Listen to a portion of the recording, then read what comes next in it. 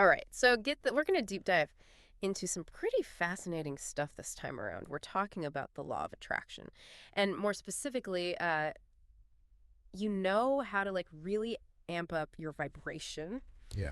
so you can manifest all the things like that dream job or the perfect relationship or whatever you're after now. I know what you might be thinking, like, whoa, hold on, isn't that getting a little too woo-woo? And hey, I totally get it. I'm right there with you, but trust me on this. Even if you're a skeptic, like yours truly, there are actually some surprisingly practical things you can take away from this whole concept. For this particular dive, you guys send us this video that's all about spirituality and self-improvement, like the kind with guided meditations and maybe even some crystals thrown in there. But don't worry, we're not going full on mystical here. We're going to break down the main ideas, see what actually makes sense, out here in the real world. And to help us do that, I've got our expert here. They're going to help us figure out if there's actually any real substance to this raising your vibration business. So, what's the deal with this whole vibration thing anyway? Is it like an actual force out there in the universe, or is it just a bunch of, new age hype? Right. That is the million-dollar question, isn't it? And honestly, the science behind like literal vibrations, well, it might be kind of shaky. But the basic idea underneath it all, that's actually pretty interesting. Remember that radio dial analogy from the video? Tuning into the frequency of what you want. Well, consider this. Our brains are constantly filtering information. Like, they focus on certain things while ignoring others. It's called selective attention. So, in a way, what we focus on really does kind of become our reality, at least how we see it. Okay. So maybe not like actual vibrations, but our focus kind of shaping what we experience. I can get behind that. And speaking of focus, the video talks a lot about visualization, right?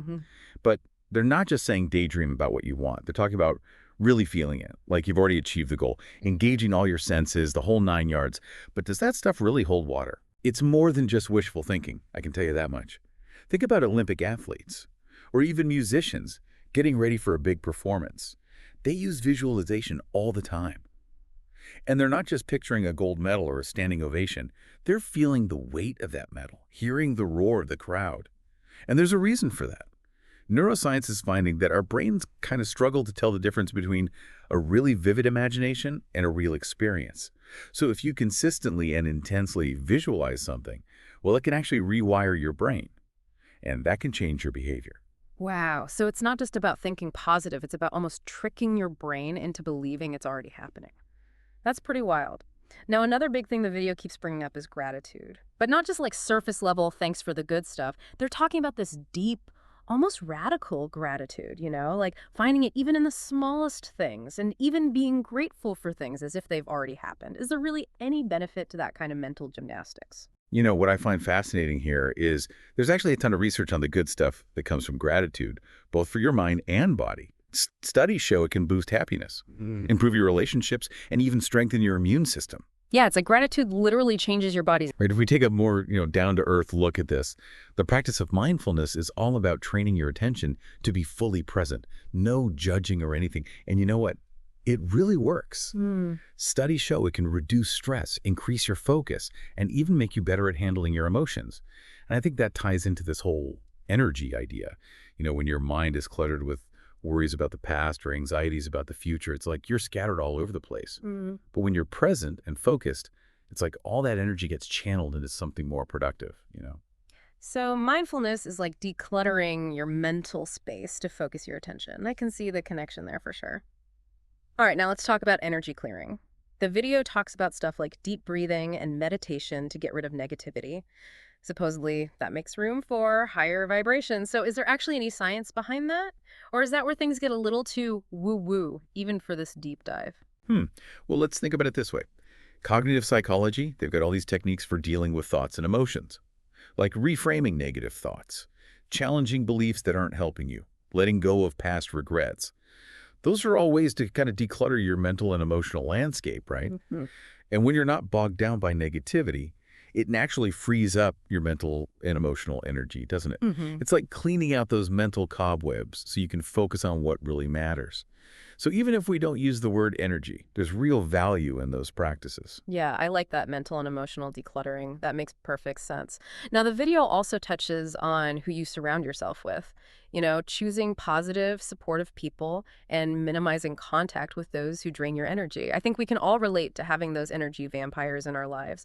But how does that tie into raising your vibration? That's where social influence comes in. Think about it. When you spend time with people who are upbeat and encouraging, don't you feel more motivated, more optimistic yourself? But if you're always around negativity, it's bound to drag you down. Yeah. Yeah. Surrounding yourself with people who lift you up and challenge you in a good way can absolutely impact your mindset, your energy levels, and even your ability to achieve your goals. It's like choosing your own personal cheerleading squad. It definitely makes a difference. Yeah. Okay, now let's get into something that's definitely on the more mystical side of things. The video talks about synchronicities of, those meaningful coincidences that seem to happen when you're on the right track, like seeing repeating numbers or running into the same person multiple times in a short period. Is there anything to that, or is it just our brains trying to find patterns where there aren't any? It's a slippery slope, that's for sure. Our brains are wired to find patterns, even when they're not really there. It's called confirmation bias. And it can lead us down all sorts of rabbit holes. So while synchronicities can be fun and even inspiring, I'd be careful about taking them as some kind of cosmic sign, Yeah. that you're destined for greatness. It's more helpful to see them as maybe little nudges from your subconscious, like they might be telling you to pay attention to something you might have missed otherwise. Right. So a grain of salt and some critical thinking when it comes to those meaningful coincidences. Got it. All right. One last thing before we move on. The video paints this picture of effortless attraction as the end goal. Like your desires just come to you without any effort because your energy is so aligned. But is that even realistic, or is it just a fantasy that sets people up for disappointment? It's definitely an appealing concept, but I think it's important to remember that effort and action, those are still essential ingredients in achieving any goal. Like the universe isn't just going to magically hand you your dream job. But here's the thing. When you have a positive mindset, and your actions line up with your intentions, it definitely makes things feel less like an uphill battle. It's like you're building momentum, aligning yourself with the path of least resistance. So maybe not totally effortless, but definitely less effort F you. I like that less effort fellow. That's a great way to put it. Okay, we've covered a lot of ground, and my brain is buzzing with new ideas. But before we move on to the next part, is there anything else from this first part of the video that really stood out to you? Anything particularly relevant for our listeners, you think? I think it's interesting that your source emphasizes that there's no one right way to do this. They talk about trying different techniques and figure out what works best for you personally. And I think that's key. It's not about blindly following some set of rules. It's about exploring these concepts, seeing what clicks for you, and then creating your own unique path to personal growth and fulfillment.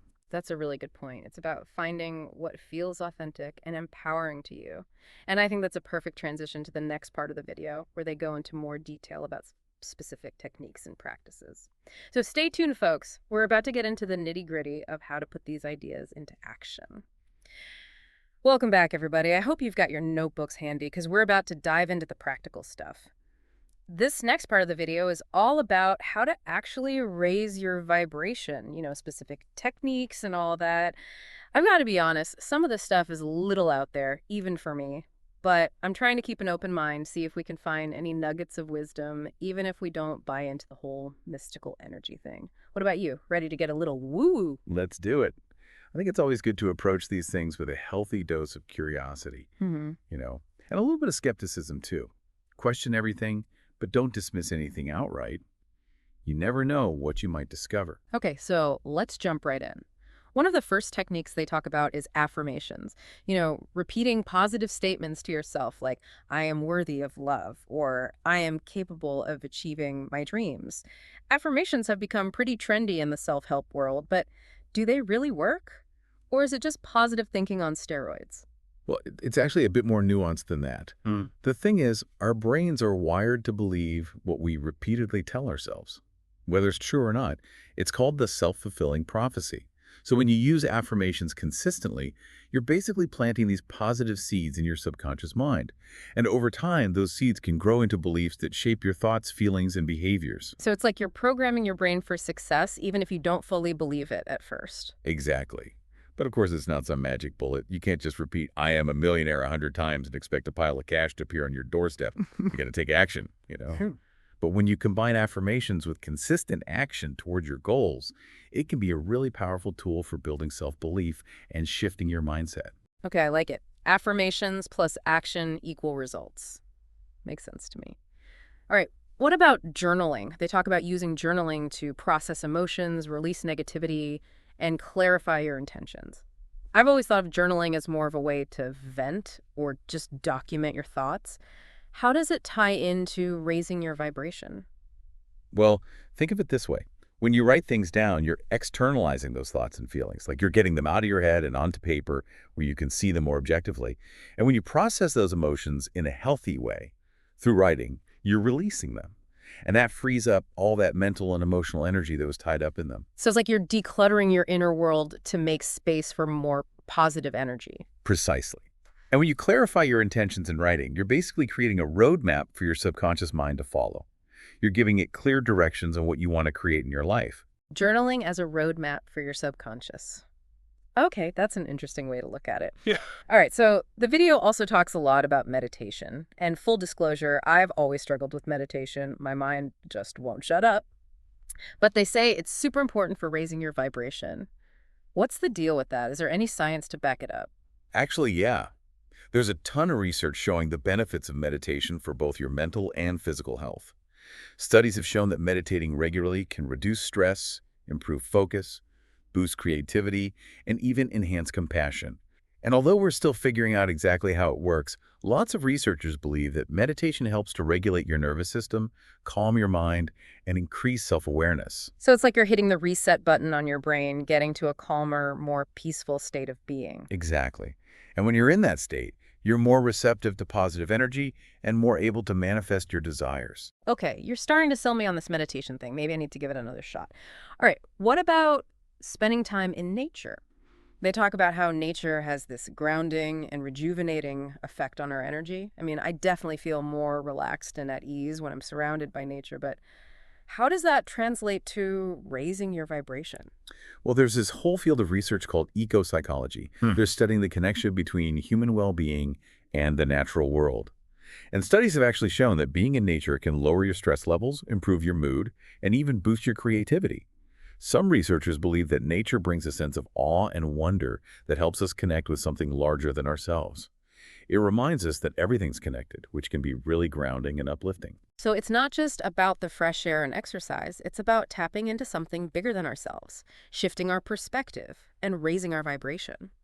Okay, let's talk about gratitude again. We touched on it earlier, but they give some specific tips here for making it a daily practice, like keeping a gratitude journal, writing thank you notes, or just taking a moment each day to appreciate the good stuff in your life.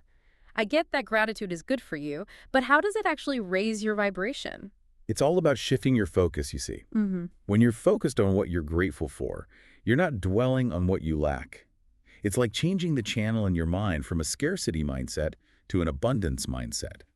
And when you're in a state of gratitude, you're naturally more optimistic, more joyful, and more open to receiving good things into your life. So it's like gratitude is the key to unlocking a more positive and abundant reality. Exactly. And by making it a regular practice, you're training your brain to focus on the good stuff, and that has a ripple effect on your whole life. Gratitude, it's a superpower. I love it. All right, now for something that might be a little tougher for some people, forgiveness. They say holding on to anger and resentment can lower your vibration, while forgiveness can set you free. But forgiveness can be hard, especially when someone's really hurt you. How does forgiveness raise your vibration? Well, remember, forgiveness isn't about condoning someone's actions or saying what they did was okay. It's about letting go of the negative energy that's attached to those past hurts.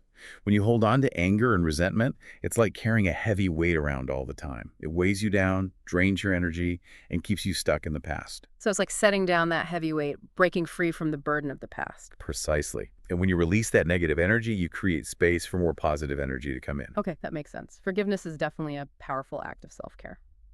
All right, moving on. The video also talks about doing acts of kindness, doing nice things for others to boost your vibration. I always feel good when I do something nice for someone else, but how does that raise my vibration? It's about shifting your focus outward, away from yourself. When you do something kind for someone else, it reminds you that we're all connected, and we can make a positive difference. And that sense of connection and purpose can be incredibly uplifting. It's like a shot of positive energy that boosts your vibration and creates a ripple effect of goodness in the world. So kindness is contagious. Love it.